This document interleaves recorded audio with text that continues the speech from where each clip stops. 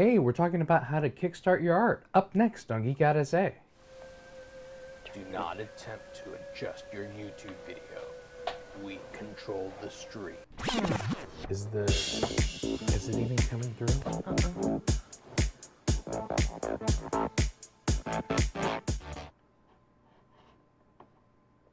Yeah, it is. It is. We just can't hear it. Okay. It's on you, babe. And welcome back to Geek Out SA. It's Sunday. Yeah, so... Sorry, and then you got, like, Vince not in the chair because we couldn't hear the intro. Yeah. So he's going to check it really quick to make sure. So this is what happened. We did the show on Saturday, so if you saw links on social media, I'm guessing we're going to have to take all of those down and put up new links. So we tried for the first time to Skype in guests. Saturday, so if you saw... Okay, Yeah, you can hear me, obviously, because Yeah. I'm really loud. So we tried to Skype in some guests, and Vincent did all of this computer-y stuff. I don't know what Yeah. he did. We could hear them. We could hear them here. We can hear them here. So I had my headphones on, like lopsided, because my headphones are noise canceling. So I couldn't hear Vincent, and Vincent was talking, like asking them questions, but I couldn't hear him through my headphones. So I could hear them. It was interesting, but it was a really good interview. Yeah, it's too bad. It's too bad we had to take it down. Yeah, Because you couldn't hear a word they said, not a single word. right. You guys couldn't hear anything. We Yeah, could hear them perfectly. We could hear everything. You guys could hear absolutely nothing. And then this is like one of the reasons I stopped doing remotes, because I'm always running into these issues. So we're going to go ahead and give them this. Yeah. So we have actually known Sarah and Joe for a really long time. Yeah. I'm thinking maybe 12 years because they've been married for 10. Yeah. So we knew them way back when Sarah was up in the DFW area. Right. And working with a tabletop vendor and stuff, and kind of starting her own journey into Yeah, what with became Tiffany. with Tiffany, into her own journey of what became Child's Play. Right. And so then Vincent and I ran a gaming convention. Mm-hmm. It was ChimeraCon, and then it was Game Expo. Right. And so Never do it again. no, it almost ended our marriage. It was a lot. We loved it, but it doesn't pay anything. And so when you're trying to get people It's to a volunteer, lot of work. yeah, It pays, but not enough for the work not you have enough to for do. the work that you have to do. So back then, Joe and Sarah had Child's Play, but it was not a store. It was more like they sold stuff on eBay and things like that. So they sold gaming and comics and stuff, but they didn't have a store. So they would come to our convention. Right. They would go to other conventions that we were at, MizumiCon, Table, all kinds, Steve Jackson conventions, stuff like that.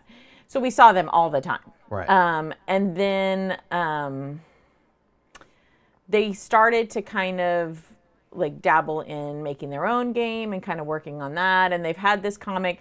So they've been those quintessential geeks like Vincent and I, right? Right. Always the creatives, always something on their mind, always like playing a game, having a character in mind. Just like Vincent, you and Richard did the organization back in high school. 1990. It was even before that. Yeah, it was before that. But it wasn't even called the organization back then. Right. It was IMF because you stole stuff. Because you were kids, right? Yeah. And that's what you did. So this whole comic We could idea. still do it. Yeah. We should see if we could get the licensing. Get the Just licensing like- but then they'd want us to use all the stuff. So anyway, back to Sarah and Joe. So a lot of the whole comic thing started with Joe and his friend when they were in high school. And so they had this idea, and I'm going to go to the queue up and kind of show you. So they've actually put this comic out already. It's called How to Hunt a Hero. Right. And it has Ava, and she's kind of, the way Joe describes it is she's kind of like a reverse Batman, right? She's had that tragedy like you have to have your origin story, but she has access to like more money and training than anybody should have. And in this world, the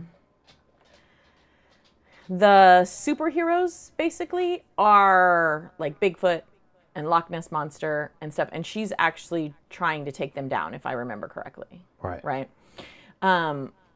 So they had already done this comic and put that out. So that was their first issue, issue 0. And then they've created issue 1.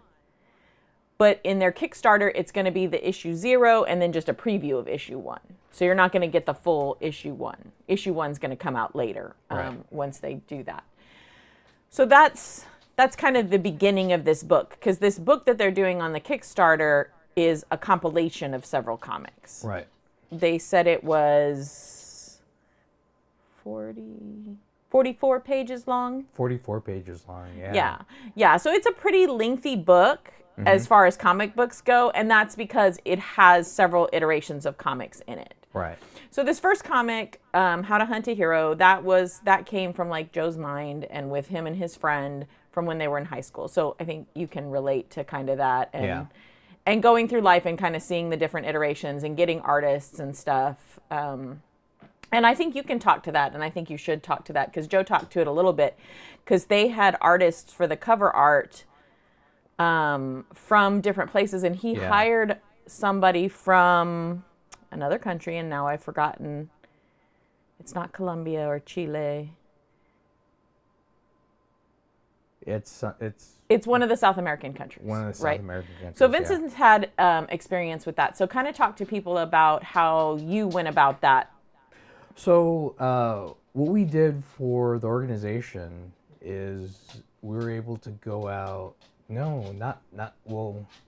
For the editing part, we did the editing part. Well, they put the book together. Yeah, they put the book together. Yeah, and added some kind of stylistic art to it. Yeah. Yeah. So we did that through Upwork, and we're able to find somebody. I forgot where he was from. I thought he was from India. Was he from India? I think so. And he did a really good job and knocked it out in like no time. And but that's some of the things that you don't necessarily think about, like paying for, because we paid for an editor. Luckily, we got a really good deal on there because it was a part of the family. Hey, Jason. Also,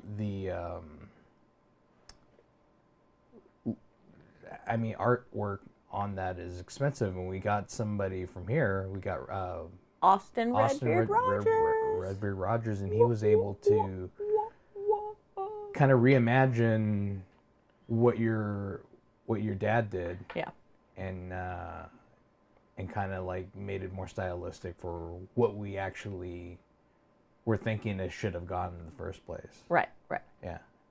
So this is a lot of what Joe and Sarah kind of talked about last night that you guys missed out on, is this whole process that they have of, kind of writing the story, storyboarding, getting with the artist, getting the artist to draw it, getting it laid out.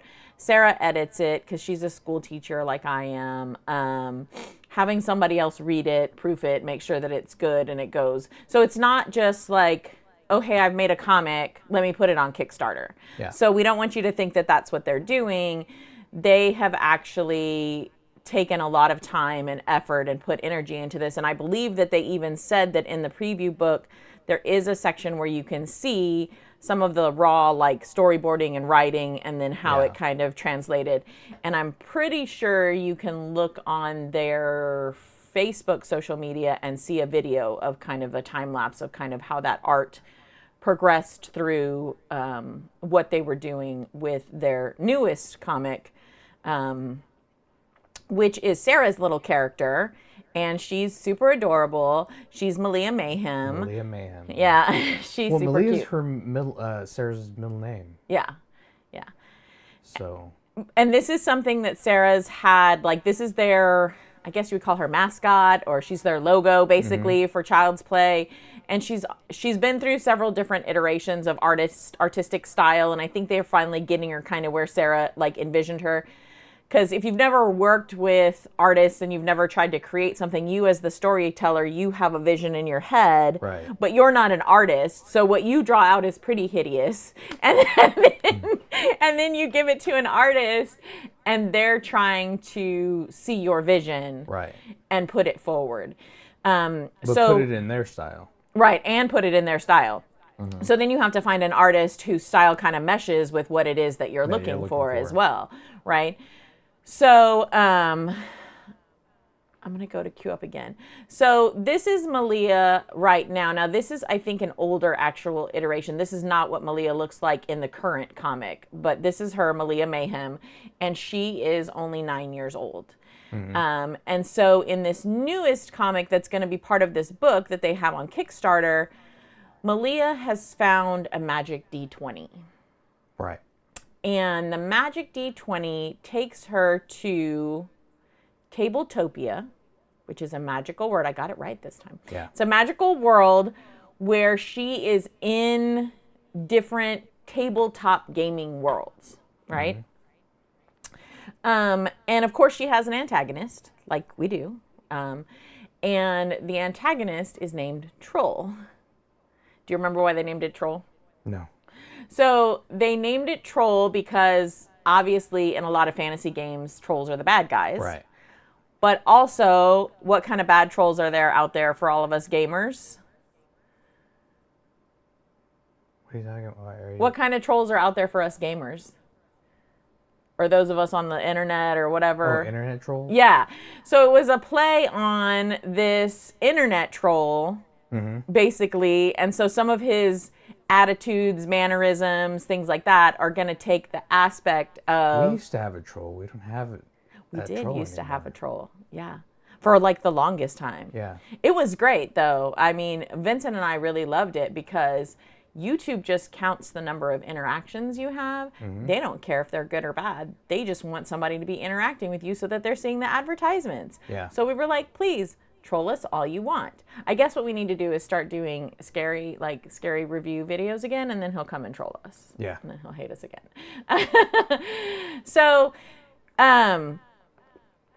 So what they did is then they took this concept of like the fantasy world troll and the internet troll and smushed it together. So he looks like a troll, but he has some of the attitudes. That trolls. Yeah, he's a troll that trolls, basically.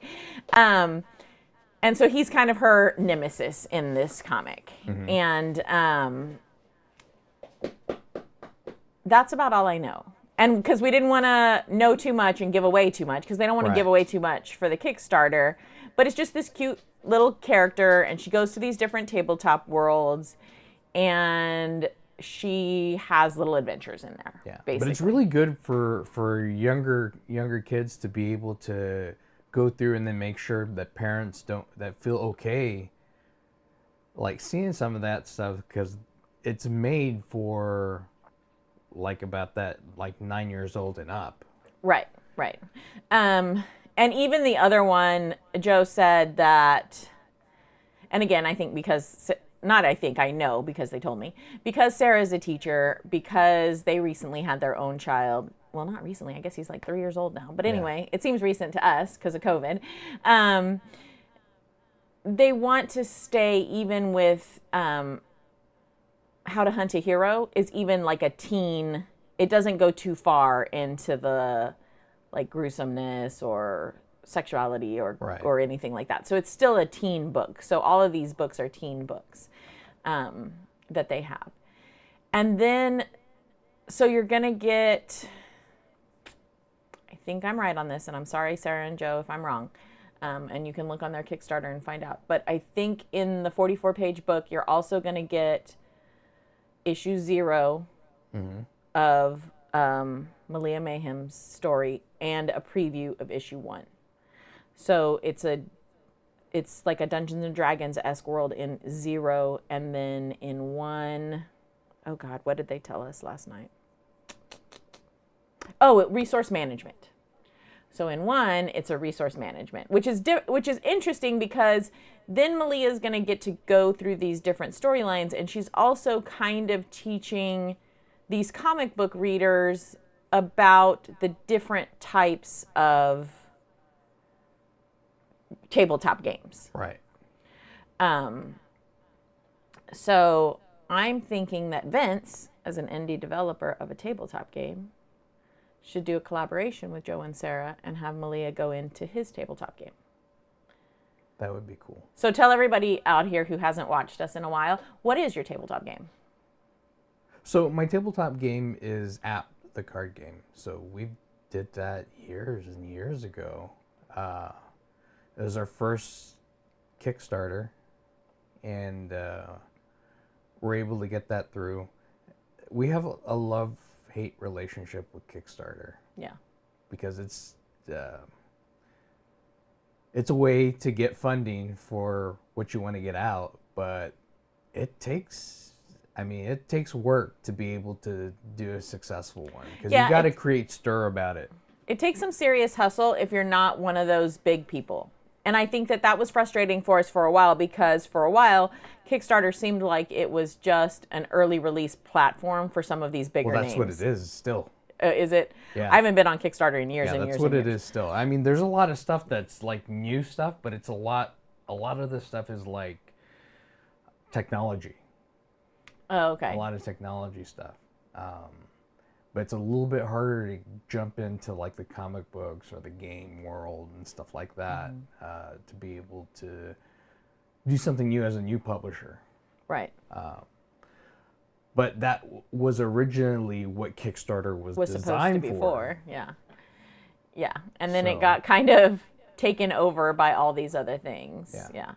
So one of the nice things I think that Sarah and Joe had going for them, and I think that we had going for us when we did our Kickstarter, is Sarah and Joe already had an audience, basically. So I'm going to go to this slideshow that we have and show you some of the things. So this is Sarah on our show. It was like our 100th episode or something. It was like some big episode, and we did it a gaming thing. And then this is Sarah at our house when the studio used to be. I mean, the studio's always been in the house in this area, but we've moved it around. The iterations of this studio have been numerous. This is their booth at Game Expo when they were with us at our convention at one of the many hotels that we had the convention in. This is their booth at one of the Wonderland Mall of the Americas. They used to have little mini conventions over there. And so this is one of their shops. So they did have a brick and mortar store for a while in New Braunfels. Yeah. Where you could actually go in. This is them at another one of our conventions. So they're just chilling there in the dealer's room selling stuff. This is another shop that they had. They had two different locations there in New Braunfels. And this was before Joe got really sick and had to stop. And then COVID happened, so it kind of changed the dynamic of things. And so that's their sign on their shop from when they had that particular shop. And again, that was in New Braunfels. And so that's it. And that is some of how we know them. But that's also some of how you can know them, to know that they're not, because I think Kickstarter it's this weird conglomeration of bigger name companies doing releases, right? Indie people trying to get their products out, and then indie people who are trying to get their products out but don't know what they're doing and don't have enough experience, and usually end up taking your money and you lose out. Which has happened a couple of times with us. Which has happened like a lot of times with a lot of people, actually. I know our son tried to buy chocolate dice on Kickstarter. We tried to buy pencil dice that were dice, which I thought was a cool concept, and it never happened. I think there's some other. I mean, I'm sure that there are others. So I think one of the things that you definitely have to have when you're doing a Kickstarter is you've got to have that confidence from the audience that you're going to give them the product that you say that you're going to give them. And it's not just that, because you can do the product, and sometimes where people kind of mess up is they don't understand how the shipping works. And they don't understand how, once you get it printed, how do you get that printed is one thing. How much that's actually going to cost to do that. So you got to kind of like build that into everything to be able to make your Kickstarter like decent, so the people are getting what they expect to be getting. Because a lot of times you'll go through and they don't get what they expect to be getting at all. And I was trying to think of the name of the place, and I think it's this Comics Wellspring is what Joe was talking about. I think he said it's in Michigan. So that was one of the things that Joe and his friends and artists and everybody who's in this, because again, it takes a village to make a comic book, because you have to have artists, and you have to have inkers, and you have to have letterers, and you have to have editors, and you have to have story writers, and you have to have storyboarders, and so it's a lot. So, and I'm pretty sure he said it was Comics Wellspring. If I'm wrong, again, he'll correct us. But it's some company like that gives you, they're like, okay, we're the printing company, and these are the printing capabilities that we have, right? And so we can print in this format, we can print in this format, these are the layouts we can do. So they pre-gave Joe the layouts, and then he and his artists and everything were able to work through it and say, okay, for this page we want this style layout, and that's how they did it, and then they did the art in it. And for this page and this page we want this style layout, and then they did the art in it and stuff like that. So again, it's like you said, it's finding a company that you can go through that can get this taken care of for you, get it printed out for you, get it in a timely manner. I remember when we first did our first Kickstarter with App, that was crazy, because when we sent all the files and everything to the printer, they went through, didn't tell us, well, you didn't do it in the right format, which, yeah, we didn't do it, but they didn't tell us that we Right, needed they to just do told that. us to send it, so you just sent it in the format that you thought they needed. Then when they got it, they didn't say, oh, this isn't the format I needed, can you change it? Can you send it in this format?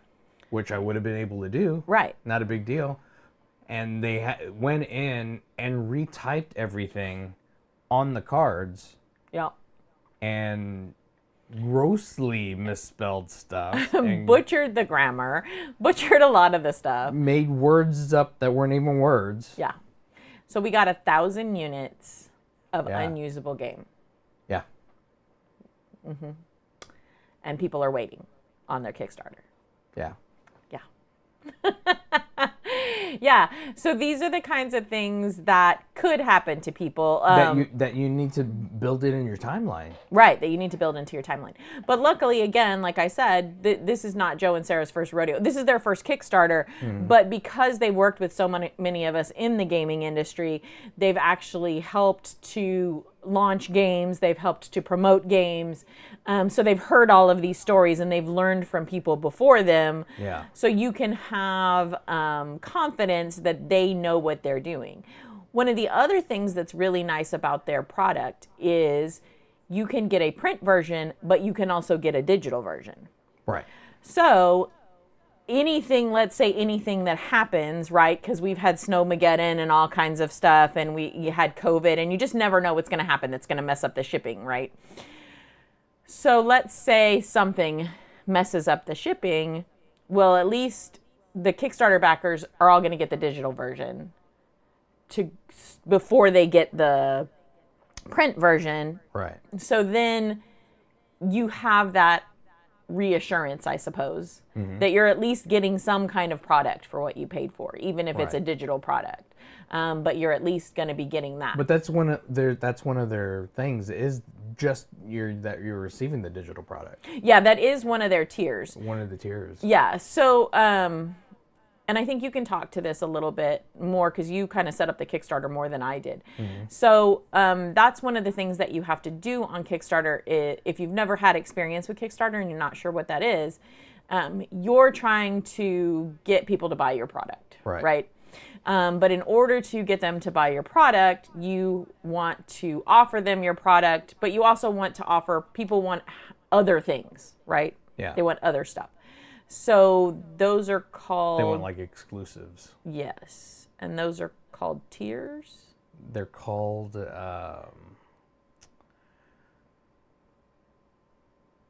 are they called? Well, the tiers is what you pay for, right? Yeah, tiers are what you pay for, but... You're talking about stretch goals. Stretch goals. We'll talk to everybody about the tiers first. So tell everybody kind of what the tiers are.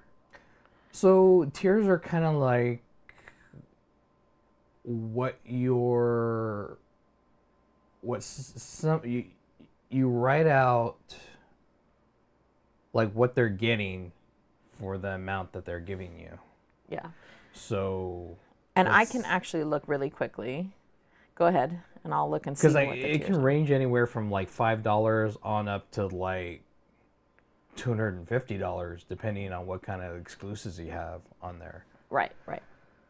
So I'm going to look at their Kickstarter right now, and so you're going to see me looking at my phone really quickly, just so that I know. And let's see. I never know where to look. It's on Kickstarter.com. No. I never know where to look for what the tiers are. You're so funny, honey. Remind me to hit you later. Okay, so they have the digital. That's only $5, and you just get the PDF of that. And because that's usually a big one. Is you usually want a $5 one to be able to kind of introduce people into and like. Kind of like, yeah, they're offering something to you, but not necessarily it's going to cost you as much to produce. Right. So that you're bringing in some money so that you can produce the other things that you want to produce. And then they actually have 4 different cover arts, but from different artists. So they have cover A, where you get the digital copy and you get a physical copy with cover A. That's $8. Then that is with the kind of an unknown artist, right? Then they have cover B with an artist named Fish Lee, who I don't know who that is, but Joe knew what that was. So they've got a little more experience in the industry. Let's put it that way. So their cover art is going to be $10 if you buy that particular one. Then they've got cover C by Ben Bender, which this cover is my absolute fave because it's got like a Calvin and Hobbes, Scotty Young-esque kind of vibe to it. And so it's super, super cute. That one's also $10. And then cover D is actually by Eddie Nunez, who has done some work for the Ninja Turtles, and he's done some other like Marvel work and stuff like that. And you can definitely see stylistically that it's his work. And so that one's going to be $12, right? So as you're getting kind of these more experienced artists to do this, obviously the people who, Sarah and Joe, they're having to pay these artists more to do these covers. Right. So they need to get some of that money back. So that's why you're having that. And then they have a retailer's pack so that if you're a retailer, if you have a little brick and mortar store, or maybe if you have an online store and you want to get some of these, then they're going to give you 5 physical copies for only $29. Right. It was really cheap. And then you can sell them and see how they do in your store. And then there's all of the swag, which you're going to get all of the covers, which is great. And then you get a sticker, promo cards, and bookmarks, and the digital copy of the comic. So I think that's pretty cool. That's a pretty good deal for less than $40, you know. And then so they also have stretch goals. So that was what you were talking about earlier, right? Is a stretch goal. And kind of explain what a stretch goal is. So a stretch goal is when you get to a certain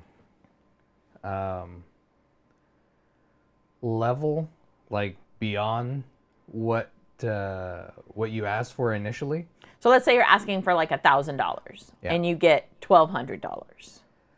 Then you're gonna that's when you do the stretch goals. Oh, well, I'm with this stretch goal. I'm putting in Sarah and Joe's case, they're putting in this new cover art. Right. And then one of the stretch goals was everybody, regardless of what tier, is getting the digital copy. Yeah. So it was you would just get the physical copy, but now they've met the stretch goal, so everybody's getting the digital copy. That was one of their stretch goals. Yeah. And then there's additional covers that you can get with the stretch goals that aren't in the tiers. Right. And then, I just found it on their Kickstarter. Their artist who did the cover is Carla Diaz from Chile. I knew she was from a South American. Yeah. So she's on there. But you can see all of the information on their Kickstarter about all the different things. And then they said there was one other, I thought they said there was one other something, teen something. But I don't see that on here. It was something that they were doing for a friend, right? That I thought they were showing a preview issue of that got released. Oh, well, I didn't see it. I can't talk and read at the same time.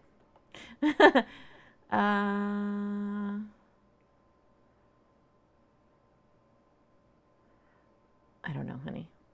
I lost it. Is this it right here?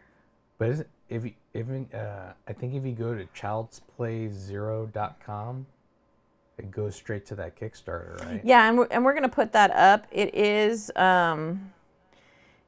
Child's Play Comics Zero ZERO spelled out.com, and it'll take you straight to their Kickstarter, so you can see what all that I've just been reading on my phone, basically, because I forgot. I mean, we talked to them last night, and it's their campaign, not our campaign, so I forgot some of the details. And then how long is it going until? It's going until October 31st, so Halloween. Right, that's right. Night. So Halloween night, and that's the last time that you can kind of back this. They've already met their goal, but hey, it doesn't hurt for them to get extra backers. Yeah. It's always nice to get extra backers. And it's really good, depending on the tier, all the tiers that you can get are really good. I thought they were really good deals for what you're going to get, getting. because you're getting a 44-page book. You're getting 2 full comics and 3 previews. So, yeah, I think that will be great. And then my hope is, because I've done just a skosh of writing myself. And so you missed the whole interaction yesterday, but I was kind of nudging, nudge, hint, hint, that I could be a guest writer maybe for them for one or more of their comics. I could definitely guest write Malia Goes Into Apt kind of episode. But I could also do some other things because I have experience with tabletop gaming and stuff. I had always actually wanted to do a comic too about my little kids game Roaches. Yeah. I actually started it and then kind of, I don't know. You know how artists are. You don't believe that you're good enough or whatever. So they need whatever. You're only a published writer. I mean, it's whatever. So yeah. And not just self-published. No, actually I'm not. Actually, other people have asked me to write for them. I've also written for other people and actually gotten fired too, so that's a thing. But Yeah. Sometimes you're a starving artist. What can I say? So yeah, we just wanted to kind of bring this to light and let people know about what Child's Play is doing and what Sarah and Joe are doing, because we have known them for a really long time. Mm-hmm. We do believe in their process and their artwork. We do believe in Kickstarter being a place for indie artists. That's kind of what we've always said. We haven't gone on this tirade in a while. Yeah. It used to be a tirade we were on quite frequently, but we haven't been on it.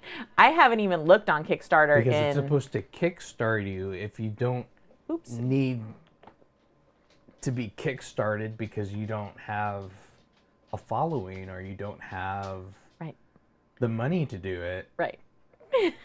I think you shouldn't be on Kickstarter. Now I'm gonna upset a bunch of people that I know in the gaming industry, but because we always have this discussion. that's how I feel. Yeah, and we've always felt that way. Like that's It was supposed to be the whole point of it. It was never made for big companies. No, it's supposed to help those of us that are indie developers that nobody's really heard of, that we're trying to get our name out there and trying to build up social media and stuff without buying likes or having to do any of that kind of stuff, you know. I don't know. It is what it is. So I like to see that little indie companies like Joe and Sarah's are going out there and having some success, and they have built up enough of a following that they are having success on Kickstarter. Yeah. Because it's tough. A lot of people go out there on Kickstarter and put it out there, and they just never make it. You know, my roaches never made it. No. And everybody who's ever played that game in person thinks that that game is fantastic. Yeah. But we just didn't do it right and didn't get enough hype on it. So, yeah. It's difficult. It's difficult to do. You really got to be able to, like, play it up. We're able to do that with app very easily. But eventually, I mean, it's a job in and of itself. So.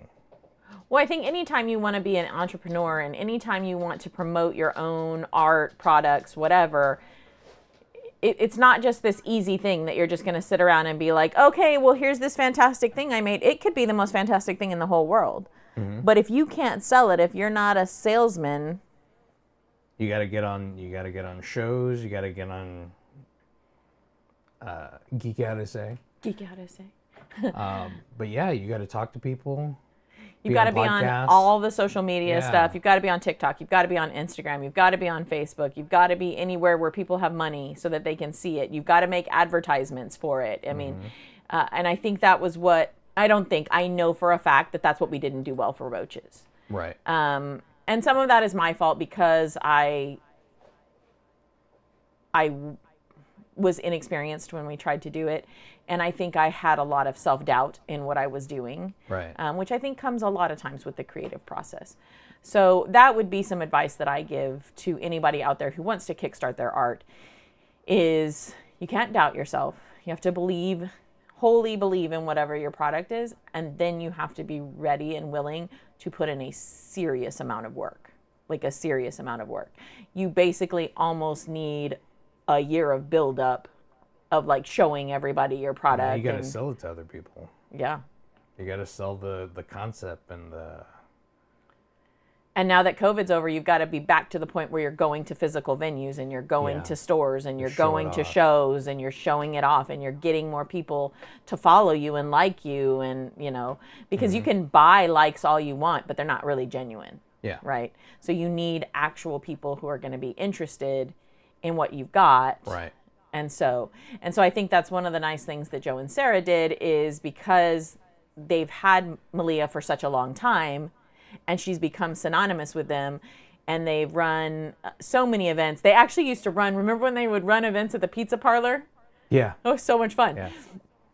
So that people know who she is. Mm-hmm.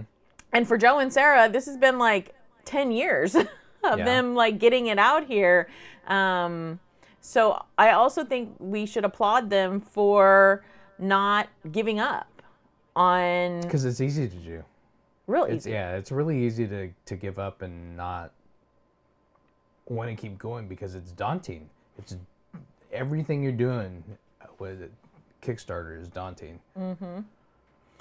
Yeah, so I applaud them for wanting to get out there and put their art out there and get their comics made. I hope that they keep going. I hope they continue. I hope they keep writing these comics and get these comics out there. I think it's really great for younger kids to have a starting point of a comic that they can read, and not only a comic that they can read, but that can connect them to tabletop gaming. So maybe some more of these families are getting into these tabletop games and things as well. Yeah. So I think you guys should go check it out. Again, it's at childsplaycomics0.com, and we'll have that on all of our social media so that you know how to get to that Kickstarter. Yeah. But yeah, that was what you missed last night. That but was what you missed. and then you're missing Sarah and Joe today. But they couldn't make it. Well, because they're taking their baby to do Halloween stuff. Now Yeah. that he's kind of old enough to know what to do, it's really cute. So, and I don't blame them. And they had it planned, and they planned last night with us, and, you know, it just didn't work out. So Yeah. I don't know. Are you going to keep trying to maybe do these Skype things, or are you done? Because we've had a lot of people from other places. Yeah, they're contacting us, but the thing is, I can try to do it, and we've done it before. It's just we can't control their cameras. We can't control their sound either. Right, and Joe was cutting out a lot last night. He was cutting out a lot last night. So, I guess we'll see. Yeah, eventually. Yeah. We'll figure it out. Everybody will have super fast internet. But thanks for checking this out. I had a good time. I'm Vince. I'm Colleen. Geek out essay.